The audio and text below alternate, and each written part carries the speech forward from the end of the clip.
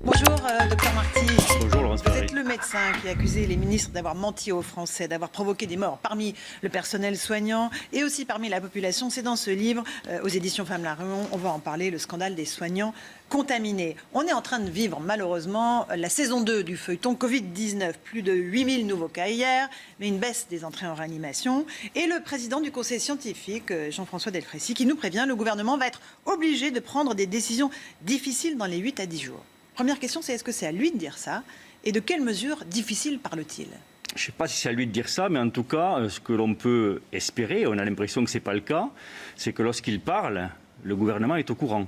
Vous pensez que c'est pas sûr? Là, on a l'impression qu'il lance quelque chose et puis tout le monde est surpris, y compris les politiques. Donc c'est quand même problématique. Et puis ensuite, on ne peut pas jouer avec l'angoisse des gens. On a déjà des gens qui sont dans le doute. Et l'angoisse est mauvaise conseillère, exactement comme le fait de trop être rassurant est également inquiétant et n'est pas la bonne chose à faire. Je crois que ce qu'il faut faire, c'est être factuel. Il faut regarder les choses froidement sur ce qui se passe. On voit que les chiffres augmentent régulièrement depuis juillet. On n'avait pas d'hospitalisation, on n'avait pas de réanimation et certains disaient mais il ne se passe rien parce qu'il n'y a pas d'hospitalisation. C'est nier le rôle de la médecine de ville d'une part et puis c'est ne pas vouloir prendre de l'avance. Là, on commence à avoir des hospitalisations, on commence à avoir des réanimations, on commence malheureusement à avoir des décès. Donc il faut vraiment. Et vous avez des malades de plus en plus dans vos cabinets? Et nous, on a des malades tous les jours, et des cas contacts surtout, qui sont extrêmement nombreux, y compris dans des régions qui n'étaient pas touchées, comme l'Occitanie. Alors on sait que le président ne veut pas remettre le pays à l'arrêt. À l'instant, on sait que le dispositif d'activité partielle de longue durée à 84% du salaire net sera maintenu jusqu'à l'été prochain. Donc on laisse ce matelas pour les Français, mais on ne veut pas remettre le pays à l'arrêt. Qu'est-ce que ça pourrait être ces mesures difficiles? Isoler, boucler les personnes âgées, c'est envisageable? Ben, ça pourrait être de confiner partiellement. On voit bien qu'il y a des zones territoriales qui sont extrêmement touchées. Si on regarde les Bouches-du-Rhône, Marseille notamment, on a un taux de positivité qui est très important. La question peut se poser de boucler par endroit, peut-être, je ne sais pas. Bloquer les personnes âgées, mais c'est pas pensable. Je veux dire, il faut que chacun, aujourd'hui, soit persuadé de l'importance de son rôle. C'est une somme de combats individuels qui fait la victoire collective.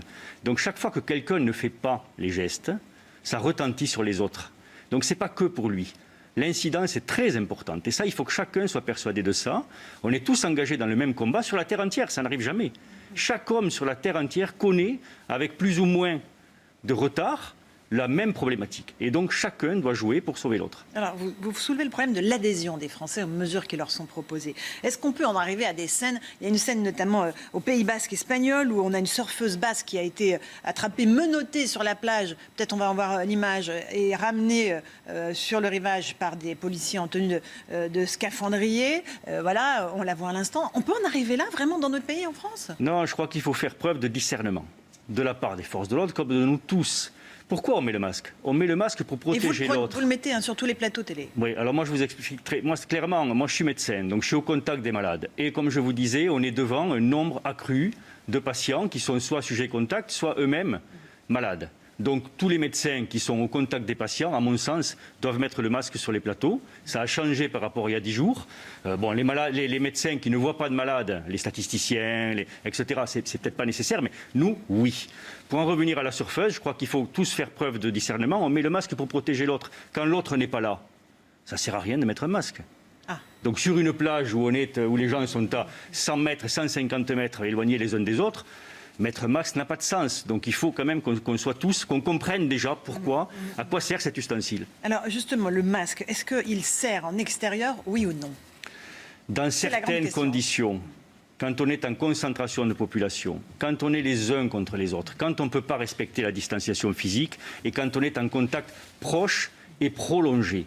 Ce n'est pas quand on se croise une seconde. Contact proche et prolongé, obligé, parce que lié au fait qu'il y a une concentration de population, là, ça peut être valable. Mais le masque, on ne le répétera jamais assez, il est surtout utile et nécessaire en lieu clos. Tout part des lieux clos. Toutes les contaminations de masse partent des lieux clos. Il n'y a pas d'exemple au monde de contamination de masse qui part de l'extérieur. Il y a un constat d'échec de la durée d'isolement. On était à 14 jours, on revient de repasser à 7 jours. Dans le même temps, on nous dit qu'il va y avoir des mesures difficiles. Il y a toujours, depuis le début, cette pandémie, on l'a vécu vraiment sur CNews. Vous êtes venu très souvent, et vous le dites dans ce livre, pour essayer de faire de la pédagogie. Il y a des injonctions paradoxales en permanence. Donc on réduit la durée d'isolement et on vous dit on va peut-être confiner partiellement. On court après la maladie et c'est ce qu'il ne faut pas faire. Il y a eu 2 fils rouges à la crise dans la première partie, les masques évidemment, et puis le retard, continuellement. Or, face à cette maladie, il ne faut pas être réactif, il faut être proactif. Quand j'entends le ministre Blanquer, qui a fait beaucoup de choses pour l'école et on le remercie, mais ce n'est pas suffisant, quand on a fait une tribune, nous, pour renforcer les choses à l'école et qu'on a parlé du masque entre 6 et 11 ans, ce qui a pu choquer des gens, mais c'est nécessaire. Là, on est proactif. Si on dit, comme le dit Blanquer, on va attendre d'avoir des événements pour ajuster le curseur, là, on court après la maladie. Et quand on court après la maladie, on ne la rattrape jamais. Vous dites qu'on a 15 jours de retard en permanence sur la maladie, c'est ça? Oui, c'est ça. Aujourd'hui, on a 15 jours de retard. Alors aujourd'hui, non, le confinement a remis les compteurs à zéro, en quelque sorte. On a plutôt verrouillé les lieux qui sont dangereux, masques en entreprise, masques dans les transports en commun, mesures de protection dans les écoles qu'il faut renforcer. Donc ça, c'est bien. Mais quand on voit les tests aujourd'hui, qui n'amènent rien parce que tous les laboratoires sont embolisés. Non, clairement, on va en parler. Mais ça ne sert à rien. Si on vous dit on va vous tester dans 4 jours et qu'il vous faut 2 à 3 jours pour avoir le diagnostic. Parce qu'il y a trop de monde. Voilà. Que vous êtes allé voir votre médecin parce que vous avez quelques symptômes 2 jours après avoir débuté vos symptômes et que vous avez commencé à vectoriser encore 2 jours avant, ça veut dire qu'on vous rend le diagnostic 10-12 jours après et qu'à ce moment-là, de toute façon, vous ne vectorisez plus de virus et on va vous mettre 14 jours en isolement alors même que vous n'êtes plus contaminant. Ça ne sert à rien. Donc les syndicats de laboratoires là, disent il faut nous aider parce qu'il y a des files d'attente devant tous les labos, notamment dans la capitale, insensés. Ils demandent qu'on remette des files prioritaires pour les patients qui ont une ordonnance, donc qui sont passés par le généraliste que vous êtes, et mettre fin aux campagnes massives de tests. Encore une fois, est-ce que la stratégie prise par le gouvernement a été la bonne? Déjà, il faut saluer ce qu'ils font, parce qu'ils font un boulot qui est épuisant, avec une pression extrêmement importante, parce que les gens souvent sont très inquiets et énervés, et il faut les aider. Pour les aider, effectivement, il faut arrêter avec ces files d'attente qui sont stupides, dans le sens où, encore une fois, ça n'amènera rien en termes de résultats. Donc ça veut dire quoi? Ça veut dire qu'il faut sans doute repasser, oui, par les médecins, il faut sans doute repasser par les ordonnances, il faut prioriser les gens qui sont symptomatiques, prioriser les gens qui ont été en contact avec des cas symptomatiques et arrêter de se faire tester à tout bout de champ pour rien. Ça, c'est la première chose. La deuxième chose, il faut avoir des tests qui sont plus rapides en termes de diagnostic, 20 minutes, 1 heure, et pas 2 jours ou 3 jours. Et puis, il faut sans doute multiplier les zones de prélèvement. Les médecins, les pharmaciens, les infirmières. C'est pas vrai que c'est un test difficile à pratiquer. C'est pas vrai. Quand on vous l'a montré une fois, vous le faites. Vous pouvez les faire, vous, les généralistes, les pharmaciens aussi. Bien sûr. Dans les conditions sanitaires. Oui, bien sûr. Bon, très bien. Donc, et là, vous serez entendu par le Conseil scientifique? Vous l'avez nous proposé? On va le voir. Bon. À quel moment il faut s'isoler? Voilà, c'est la grande question des Français. Est-ce que parce que j'ai croisé quelqu'un qui éventuellement avait croisé quelqu'un, on nous dit s'isoler dès les signes de suspicion clinique? Ça veut dire quoi? Ça veut dire qu'effectivement, si vous savez que vous avez été en contact proche et prolongé ou dans une même pièce avec un cas qui s'est avéré positif, vous devez effectivement vous isoler pour protéger les autres et jusqu'au résultat du test. Ça paraît nécessaire, mais c'est ce qu'on fait, nous, médecins. C'est-à-dire on ne va pas attendre d'avoir le résultat du test pour dire à la personne « Oulala, allez vous protéger ». On leur dit non, restez chez vous jusqu'au résultat et puis ensuite on en rediscute. Mais c'est ça le problème, c'est l'adhésion des Français à ça. Les Français, ils ont peur de perdre leur emploi. Hein, ils ont déjà trinqué pendant le confinement. Oui, mais... Donc ils se disent maintenant je ne vais pas le dire. En fait, ils se disent quasiment je ne vais pas le dire, je vais aller bosser. Il y a un grand principe en médecine, c'est qu'il faut savoir perdre du temps pour en gagner. Le fait de s'isoler quelques jours, de le faire vraiment, et puis ensuite de ressortir si le test est négatif, ça protège les autres parce que si le test est positif et que vous êtes resté à l'extérieur, là vous avez contaminé d'autres personnes. Donc là vous allez faire perdre beaucoup plus de temps et mettre l'économie beaucoup plus en danger que si vous vous isolez. Donc il faut savoir perdre du temps pour en gagner. Et c'est pour ça que vous saluez les mesures qui permettent aux parents, notamment quand les classes ferment, parce qu'il y a des classes, plus de 200 qui ferment, d'être compensés financièrement? Oui, mais on a un souci par rapport aux écoles actuellement, c'est que les professeurs n'ont pas véritablement de guidelines pour savoir quels sont les élèves qu'il faut éloigner de l'école. Et là, au moindre symptôme, on fait sortir les élèves, on demande à tous les élèves de passer devant leur médecin pour que le médecin les examine.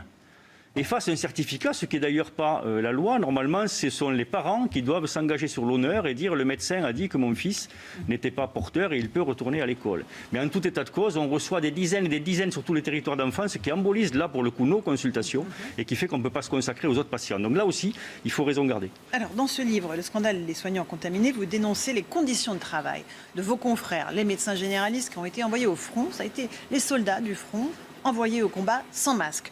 Et puis vous citez évidemment les phrases terribles des ministres à propos des masques. Agnès Buzyn, 26 janvier, il ne faut pas acheter de masques en pharmacie. Jérôme Salomon, le 4 mars, les masques n'ont aucun intérêt pour le grand public, jusqu'à celle d'Édouard Philippe, le 13 mars, le port du masque en population générale dans la rue, ça ne sert à rien.